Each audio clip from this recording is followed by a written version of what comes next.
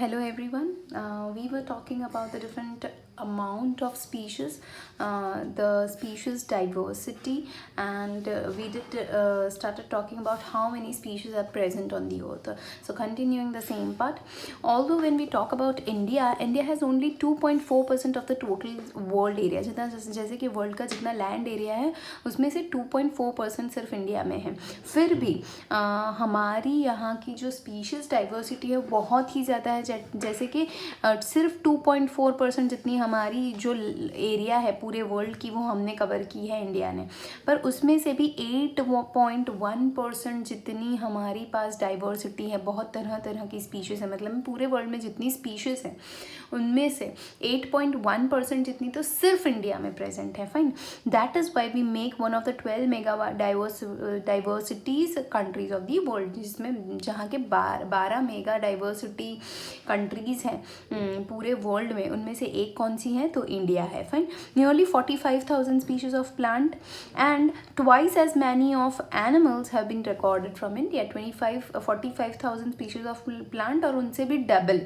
Fine, twice as many as that of animals भी हमारे यहाँ प्रेजेंट है. How many living species are actually they are waiting to be discovered. इतनी सारी तो स्पीशीज़ हैं, बट जैसे हमने आगे बात की बहुत सारी ऐसी स्पीशीज़ हैं जो अभी तक डिस्कवर ही नहीं हुई हैं. तो इफ़ यू एक्सेप्ट द मेज ग्लोबल एस्टिमेट्स, मे करके जो साइंटिस्ट थे उन्होंने एक ऐसा ग्लोबल एस्टिमेट लगाया था कि अभी तक सिर्फ 22% ऑफ द स्पीशीज़ क्या हो चुकी है, डिस्कवर हो चुकी है, और अभी दूसरी तो रिकॉर्ड होनी बाकी है. फाइन, अगर इसी चीज़ को कि भाई 22% जितनी डिस्कवर हुई है, तो इसी चीज़ को हम हमारे रेशियो से कंपेयर करें तो ऐसा माना जा सकता है कि प्रॉबेबली 1 लाख प्लांट स्पीशीज़ अभी भी डिस्कवर करनी बाकी है इंडिया में. वैसे ही 3 लाख एनिमल स्पीशीज़ बाकी हैं to be discovered in our country. Fine, so basically आपको कुछ नंबर याद रखने हैं कि भाई 2.4% जितनी हमारी वर्ल्ड लैंड है, पूरी एरिया वर्ल्ड की जो लैंड है उसमें से 2.4% हम ऑक्यूपाई करते हैं. हमारा जो स्पीशीज़ रेशियो है वो होता है 8.4% of the total species present on the surface of the अर्थ, जहाँ 45,000 जितनी प्लांट की स्पीशीज़ और उनसे भी डबल एनिमल्स की स्पीशीज़ बताई जाती है. ऐसा माना जाता है कि 22% जितनी तो अभी डिस्कवर हुई ही नहीं है. तो इसी परसेंटेज के साथ हम आगे चले तो देख सकते हैं कि भाई 1 लाख प्लांट स्पीशीज़ अभी भी डिस्कवर करनी बाकी है, प्लांट्स की और एनिमल्स की 3 lakh species. Fine, consider the immense, और इसके लिए कितनी इमेंस मैन पावर चाहिए. Man power as in taxonomist चाहिए जो इस चीज़ के खोज करे. इतना टाइम निकलना पड़ता है इस चीज़ के लिए. भाई इसको डिस्कवर करो, क्लासिफाई करो, उसको एक प्रॉपर टेक्सोनॉमिकल ग्रुप में रखिए. तो this will take immense man power and time, fine, to complete this huge amount of task. But it this situation appears to be hopeless. Fine, जो भी स्पीशीज़ हैं वो लाइक समझ लो कि डिस्कवर होती है तो होती है, बट उसके पीछे बहुत ज़्यादा टाइम देना इट्स नॉट वर्थ. एंड ऐसा माना जाता है कि भाई डिस्कवर होते होते तो बहुत सारी ऐसी स्पीशीज़ होगी जो हमने डिस्कवर भी नहीं की है और शायद से वो एक्सटेंट भी हो गई होगी. So now we shall be moving on. ये तो हमने क्या बात की, हमने बात की टोटल अमाउंट ऑफ स्पीशीज़. पहले हमने वर्ल्ड की बात की, उसके बाद हमने आज बात की दैट इज़ इंडिया में स्पीशीज़ कितनी है. फाइन, अब हम बात करेंगे patterns of biodiversity. Patterns of biodiversity का क्या मतलब होता है. सो बेसिकली लाइक जो बायोडाइवर्सिटी होती है वो किस एक पर्टिकुलर फैशन में होती है, एक पर्टिकुलर पैटर्न दिखाती है. जैसे कि सबसे पहला है लैटिट्यूडनल ग्रेडियंट और दूसरा है species and area relationship. So pattern की बात करें तो लैटिट्यूडनल ग्रेडियंट की हम जब बात करते हैं तो इसका मतलब क्या होता है कि भाई जैसे जैसे लैटिट्यूड चेंज होता है, जैसे जैसे हाइट चेंज होती है समझ लो, वैसे वैसे स्पीशीज़ डिस्कवर होना कम ज़्यादा होता है.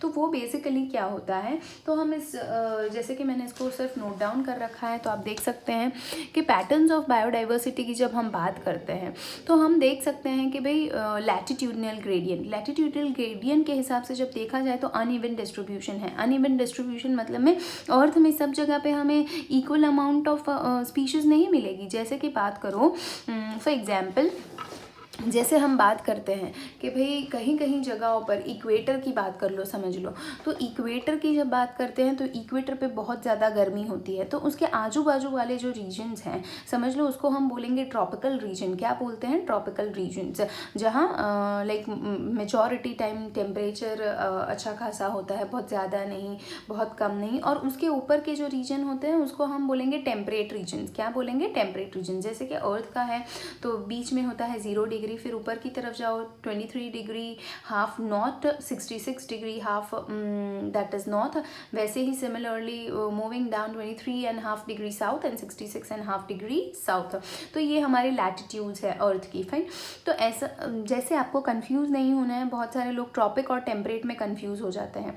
टेम्परेट मतलब में बच्चे क्या लिख देते हैं कि भाई टेम्परेट मतलब में टेम्परेचर वाली जगह, तो आपको याद रखना है टेम्परेट मतलब में कम टेम्परेचर वाली जगह, और ट्रॉपिक मतलब में जहाँ टेम्परेचर अच्छा खासा होता है। फाइन, जैसे कि ट्रॉपिकल रीजन है जो इक्वेटर के बाजू वाली जितनी भी एरिया है, फाइन, वो सारी ट्रॉपिकल रीजन में आती हैं, और उसके ऊपर की जो आती है वो टेम्परेट रीजन की, जहाँ के ठंड होती है, जहाँ टेम्परेचर कम होता है। फाइन, तो उसको हम बोलेंगे टेम्परेट रीजन।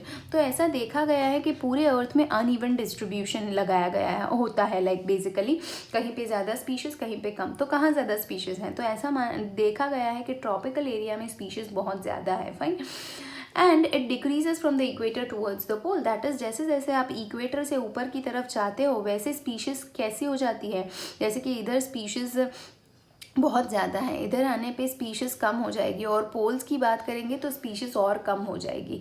फाइन, तो वही चीज़ है कि जैसे जैसे आप इक्वेटर से पोल की तरफ जाते हैं वैसे वैसे स्पीशीज़ जो है वो कम होती जाती हैं। तो ऐसे क्यों? तो वो हम बाद में देखेंगे। फाइन, सो बेसिकली लैटिट्यूडियल ग्रेडियंट ये कहना चाहता है, लैटिट्यूडियल ग्रेडियंट जो होता है वो क्या कहना चाहता है कि भाई हर लैटिट्यूड पे स्पीशीज़ की जो क्वांटिटी है वो सेम नहीं होती, स्पीशीज़ की जो डाइवर्सिटी है वो सेम नहीं है, वो चेंज होती रहती है। Fine, and it decreases while moving from the equator towards the poles.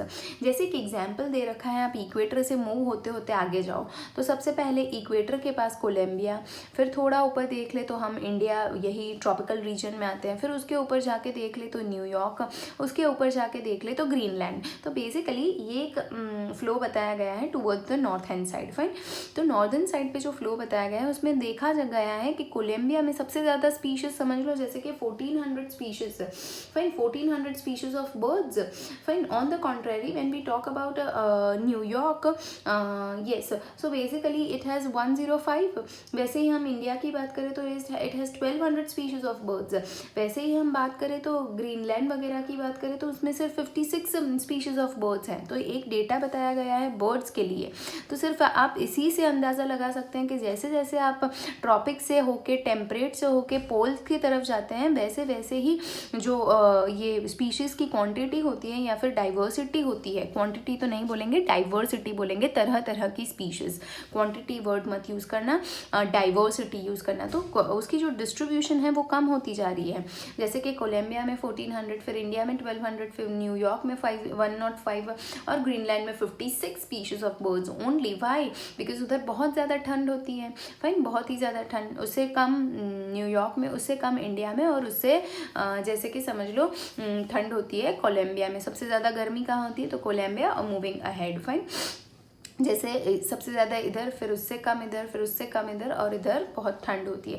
तो वही एक एग्जाम्पल दे रखा है। वैसे ही हम किसी फॉरेस्ट की बात करते हैं तो जैसे दे रखा है कि भाई a forest in the tropical region like Ecuador. Fine, Ecuador करके जो फॉरेस्ट हैं, या फिर यूएसए की फॉरेस्ट की बात करो जिसका नाम दे रखा है, जैसे कि मिडवेस्ट में कोई फॉरेस्ट है यूएसए वगैरह में, तो हम क्या देखेंगे कि भाई इक्वेडर पे जितने एनिमल्स हैं, स्पीशीज़ हैं, फाइन, तो that will be 10 more times than that which is present in the forest of USA.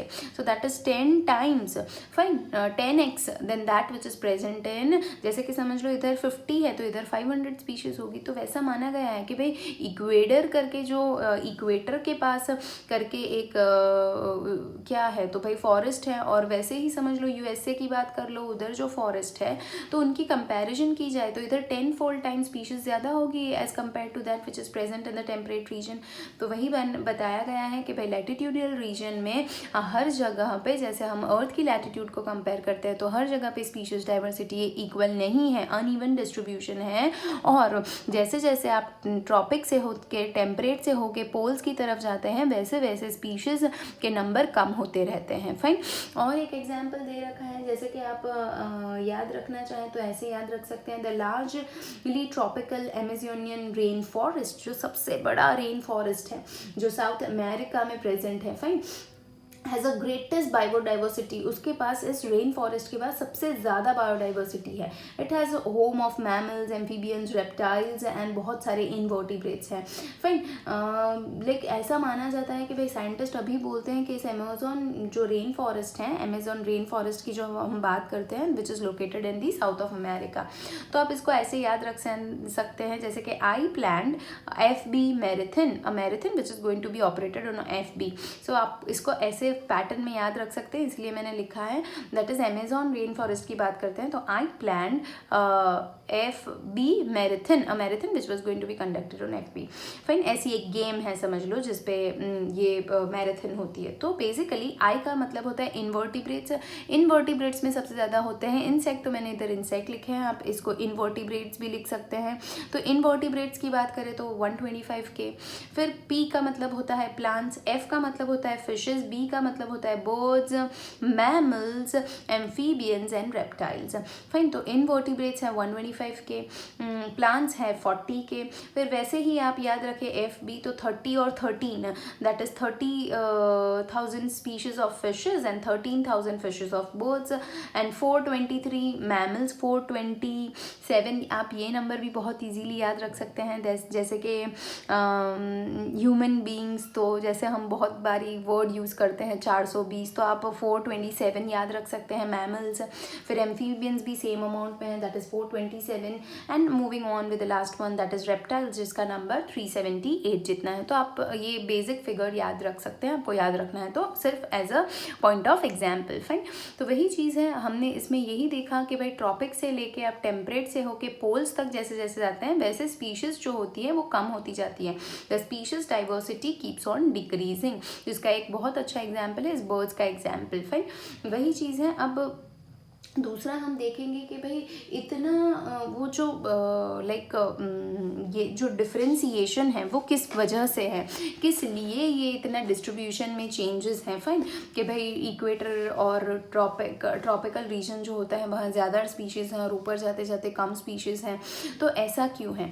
Because सबसे पहले है अनडिस्टर्ब्ड रीजन। अनडिस्टर्ब्ड रीजन का मतलब होता है जब हम ट्रॉपिकल रीजन की बात करते हैं, फाइन, जो इक्वेटर के पास वाली जगह है सारी, तो ये जो ट्रॉपिकल रीजन है वो ज़्यादातर अनडिस्टर्ब रहती है। अनडिस्टर्ब मतलब में उन्हें उधर इंटरफेयर करने वाला कोई ज़्यादा है नहीं।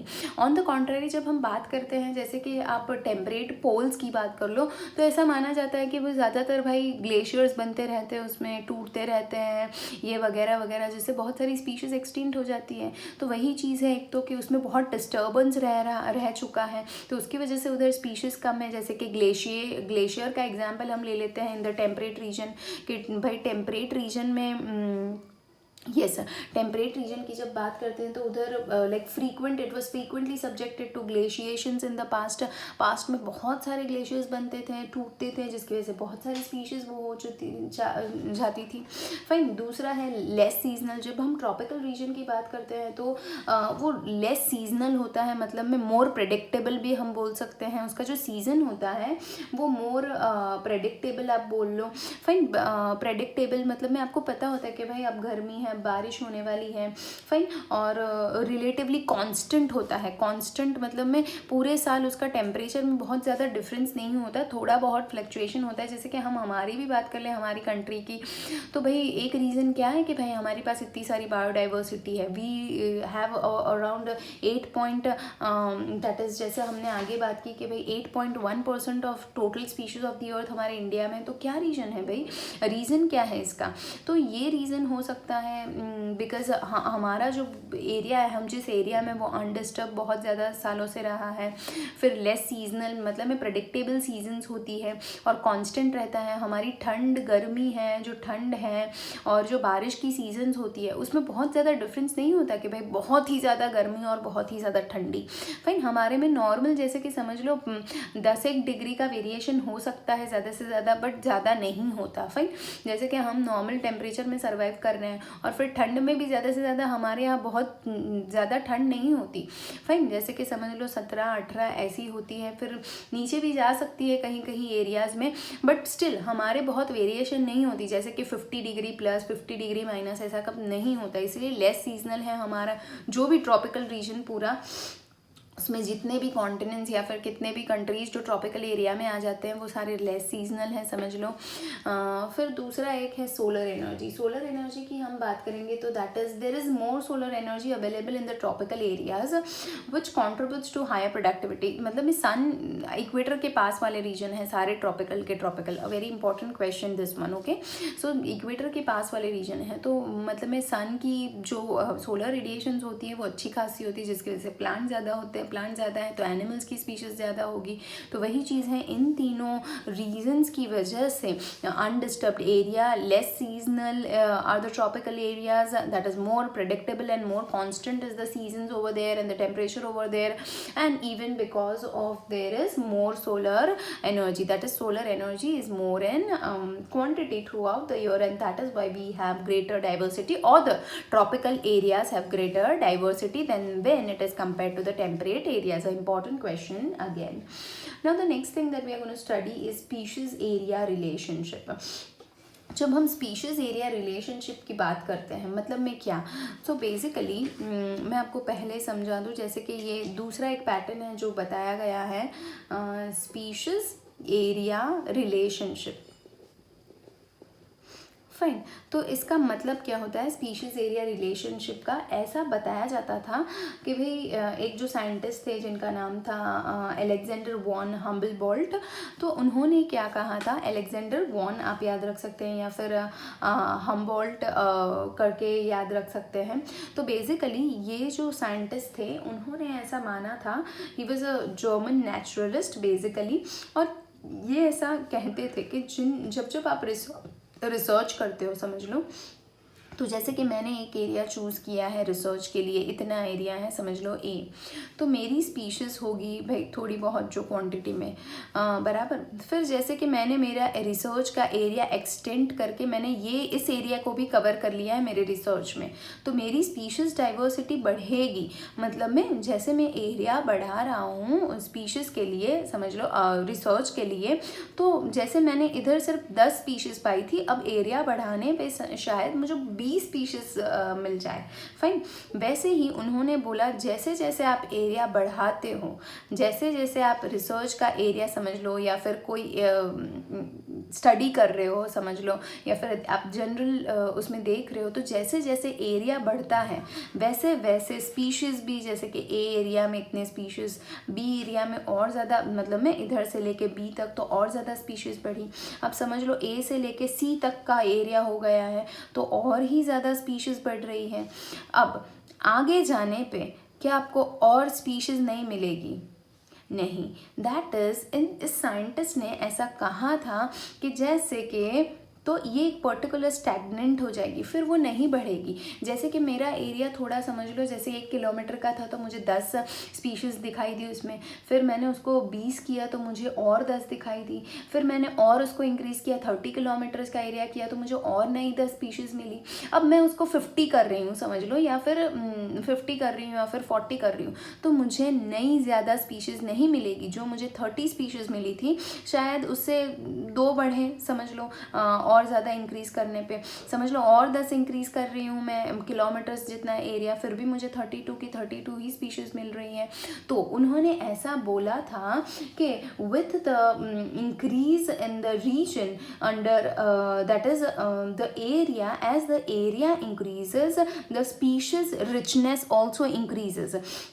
As the area increases the species, yes, the species richness मतलब में स्पीशीज की diversity will also increase but up to a certain limit, up to a certain limit मतलब में उसमें एक एक्सेप्शन है कि भाई ये चीज़ फॉलो होती है कि जितना एरिया बढ़ेगा उतनी स्पीशीज बढ़ेगी, बट उसका एक एक्सेप्शन है that up to a certain limit. ये आपको लिखना बहुत ज़रूरी है कि भाई as the area increases the number of species और the species richness increases but up to a certain limit, but up to a certain limit. Fine, अब इसी चीज़ को उन्होंने ग्राफ से भी बताया था। फाइन, जैसे कि आप देख सकते हैं आपके बुक में भी वो ग्राफ ड्रॉ किया गया है। सो बेसिकली इधर species richness or which is being seen along with the area. So area is being plotted on the x-axis and the species richness is being plotted on the y-axis. Fine. तो ऐसा देखा गया था कि जैसे जैसे area बढ़ता है वैसे वैसे, जैसे कि थोड़ा एरिया बढ़ रहा है तो स्पीशीज़ की रिचनेस भी बढ़ रही है, स्पीशीज़ का नंबर भी बढ़ रहा है, और जैसे कि हमने स्टडी के अंदर या फिर देखेंगे आगे एरिया बढ़ा के तो और स्पीशीज़ बढ़ रही है और बढ़ती ही जा रही है। फाइन, जैसे कि उसका इंक्रीमेंट बहुत सही से हो रहा है। एक ऐसा टाइम आता है जैसे वो बहुत ज़्यादा इंक्रीज हो रही है, इसलिए स्ट्रेट लाइन की जगह वो कर्व है, एक पैराबोला जैसा बन रहा है। फाइन, तो एक पैराबोला जैसा बन रहा है और फिर एक ऐसा टाइम आता है कि भले भी आप कितना ही एरिया अंडर स्टडी इंक्रीज कर लो फिर भी आप पाते हैं कि भाई अब तो स्पीशीज इंक्रीज हो ही नहीं रही, अब तो एक स्टैग्नेंट पॉइंट पे आ गई है। जैसे कि एरिया आपने देखा है 50 किलोमीटर, तभी भी स्पीशीज थी समझ लो 50, या फिर समझ लो जैसे कि एरिया है आपका एरिया है 50 किलोमीटर और आपको स्पीशीज़ मिली है 25, फिर वापस आपने किया है 60 किलोमीटर, वापस मिल रही है 25, वापस आपने किया है 70 किलोमीटर, वापस आपको इतनी 25 ही स्पीशीज़ मिल रही है, बढ़ नहीं रही है। तो this is the species area relationship which was been given by Alexander von Humboldt, who stated that as the area increases the species richness also increases but up to a certain level, फिर वो stagnant हो जाती है, constant हो जाती है। फिर आप कितना भी एरिया आगे बढ़ा लो फिर आप नहीं देख पाएंगे कि भाई स्पीशीज इतनी ज़्यादा बढ़ रही है। फाइन, तो ये कैसा होता है, ये छोटे छोटे एरियाज़ में पॉसिबल है। जैसे कि आप अपना एरिया इंक्रीज कर रहे हैं तो आप एक कंट्री से लेके 2 कंट्री से लेके 3 कंट्री से लेके तो ऑब्वियसली बढ़ने वाली है, वो एरिया के साथ स्पीशीज भी बढ़ने वाली है, but it happens in a limited given area। फिर जैसे कि आप हमारे कंट्री की बात कर लो तो आपने एक पॉइंट से स्टार्ट की तो कंट्री की बात नहीं करके आप समझ लो आपकी लोकेलिटी की बात करो तो आप थोड़े किलोमीटर तक जाएंगे तब तक नई स्पीशीज़ मिलेंगी, फिर आप देखेंगे कि भाई वही की वही स्पीशीज़ है, रिपीट हो रही है फिर बराबर। बट आप समझ लो कि बहुत वास्ट एरिया इंक्रीज कर रहे हो, जैसे कि एक समझ लो आप एक स्टेट से लेके दूसरे स्टेट तीसरे स्टेट ऐसे करते करते तो आप पाएंगे तो वो कंपैरिजन नहीं हुई, तो उसको स्पीशीज एरिया रिलेशनशिप में हम नहीं रख सकते हैं। फाइन, सो बेसिकली ये भी एक पैटर्न है which is been followed by the species as the area increases the species richness also increases. Now इस ग्राफ को कैसे बताया गया था, that is the species richness is equal to c, yes, A whole raise to power z बराबर, that is s is equal to c A whole raise to power z। अब ऐसा जो कर्व मिला उसको ऐसा नाम दिया गया था s इज इक्वल टू, इस फॉर्मूला से स्पीशीज रिचनेस को फाइंड किया जाता था। और ये जो कर्व दिख रहा है इसको हम बोलेंगे parabolic curve, parabolic rectangular curve. अब क्या किया साइंटिस्ट ने सोचा कि भाई ये तो ऐसा कर्व हो रहा है तो हमें एक स्ट्रेट लाइन कर्व चाहिए। तो स्ट्रेट लाइन कर्व पाने के लिए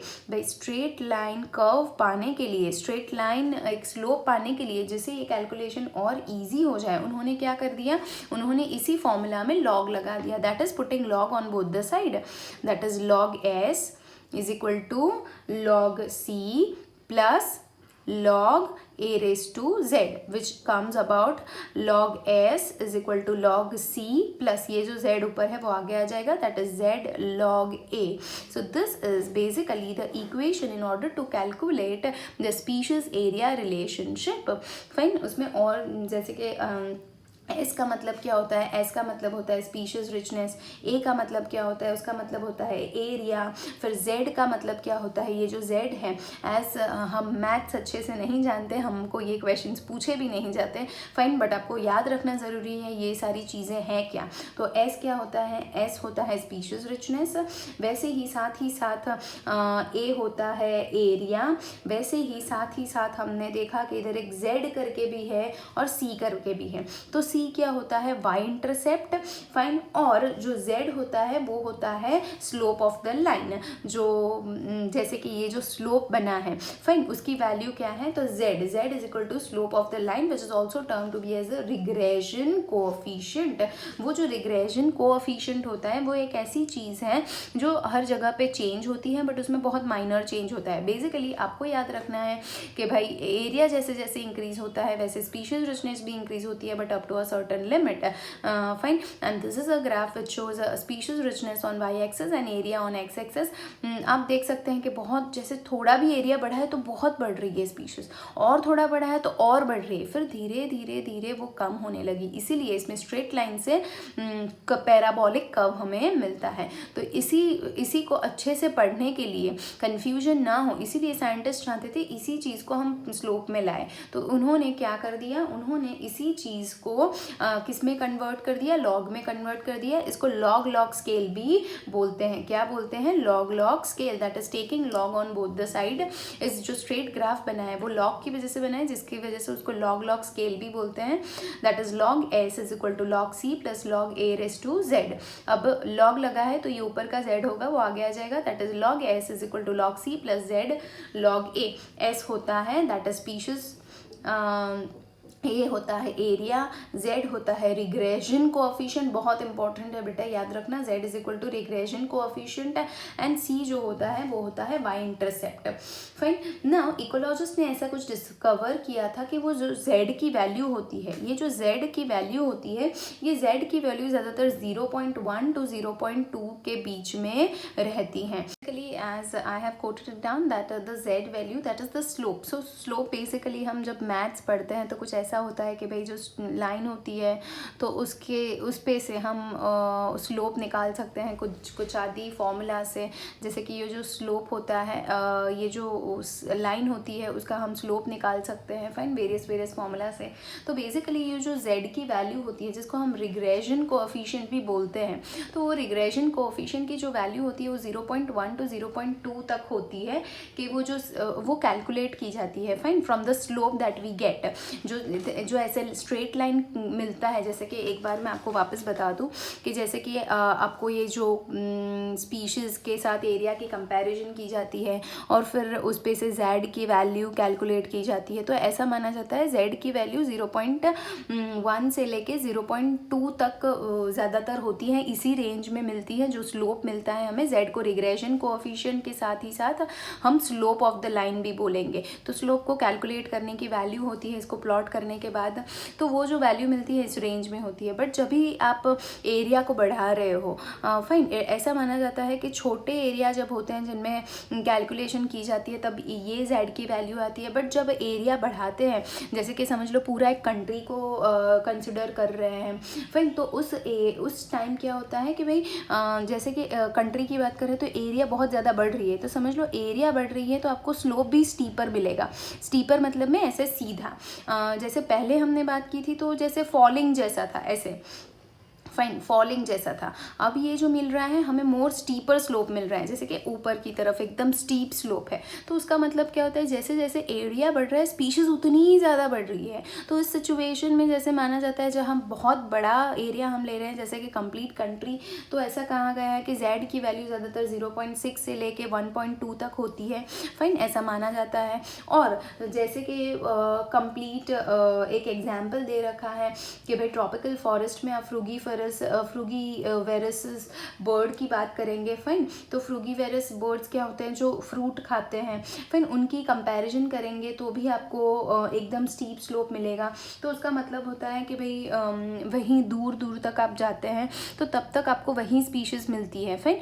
तो जैसे जैसे z की वैल्यू कम होती है ज़्यादा होती है, समझ लो जैसे जैसे z की वैल्यू ज़्यादा होती है, तो फॉर एग्जांपल उसकी वैल्यू बताई गई है जैसे कि अबाउट 1.15, तो उसका मतलब है रिग्रेशन कोफिशिएंट का कि आपको उस एरिया में, इस पर्टिकुलर एरिया में सिर्फ वही बर्ड्स मिल रहे हैं और दूसरी स्पीशीज़ क्या है, दूसरी स्पीशीज़ कम है फाइन, वही एक ही स्पीशीज़ ज़्यादातर मिल रही है। तो जैसे एक बताया गया है कि भाई जैसे जैसे z की वैल्यू चेंज होती है, ज़्यादातर कौन सी होती है 0.1 से लेके 0.2, अगर बहुत बड़ा लार्ज एरिया ले रहे हो तो 0.6 से 1.2 तक होती है। और एक एग्जाम्पल दे रखा है जिसमें वैल्यू है 1.15 की फाइन। फ्रूट ईटिंग बर्ड्स की जो रिग्रेशन वैल्यू है 1.15 है।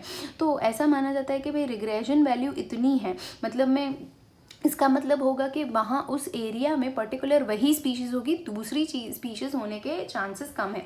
अब इसका मतलब क्या होगा कि भाई ये बहुत कम वैल्यू है, तो इसका मतलब है बहुत सारी अलग अलग वेराइटीज़ ऑफ स्पीशीज़ होंगी।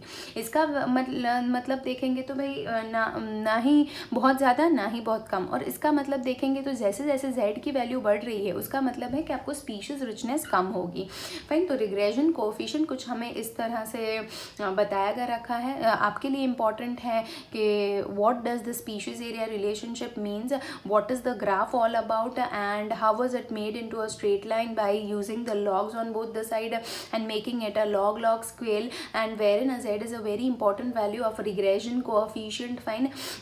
and ज़्यादातर regression coefficient की वैल्यू होती है सारे ग्रुप के लिए, मैमल्स, बर्ड्स, एम्फीबियंस वगैरह के लिए यही है। अगर बहुत ही ज़्यादा लार्ज ले रहे हो तो ये है। और फॉर एग्जाम्पल एक ही एरिया का ट्रॉपिकल रीजन के फ्रूगीफेरस बर्ड्स की बात करेंगे तो उसकी z की वैल्यू ये है। उसका इंटरप्रिटेशन कहीं भी बताया नहीं गया कि इसका मतलब क्या होता है, सिर्फ हमें ये वैल्यूज़ दी गई है, तो आपको इतना ही याद रखना है। और और एक चीज़ पूछी गई है कि भाई what do steeper slope mean, जितना स्टीपर स्लोप होगा उसका मतलब क्या होता है। भाई जितना स्टीपर स्लोप होगा मतलब में कि जैसे जैसे एरिया थोड़ा भी बढ़ रहा है स्पीशीज़ बहुत ज़्यादा बढ़ रही है, तो उसका मतलब होगा भले थोड़ा एरिया बढ़ रहा है बट स्पीशीज़ बहुत ही ज़्यादा बढ़ रही है, तो उसे हम बोलेंगे थोड़े ही एरिया में कितनी एनलार्जमेंट। देखो आप देख सकते हो स्टीपर स्लोप की फाइन, तो थोड़ा ही एरिया बढ़ रहा है पर स्पीशीज़ बहुत सारी बढ़ रही है फाइन। फॉर एग्जाम्पल थोड़ा ही एरिया बढ़ रहा है बट स्पीशीज़ की रिचनेस बहुत बढ़ रही है, तो स्टीपर स्लोप का मतलब है भले थोड़ा सा एरिया बढ़ रहा है फिर भी स्पीशीज बहुत ही ज़्यादा बढ़ रही है fine. And this happens also to a certain extent only, certain limit only. So this is all related to the latitudinal gradients and the species area relationship that we have studied. We in the coming class shall start off with the next points. Thank you.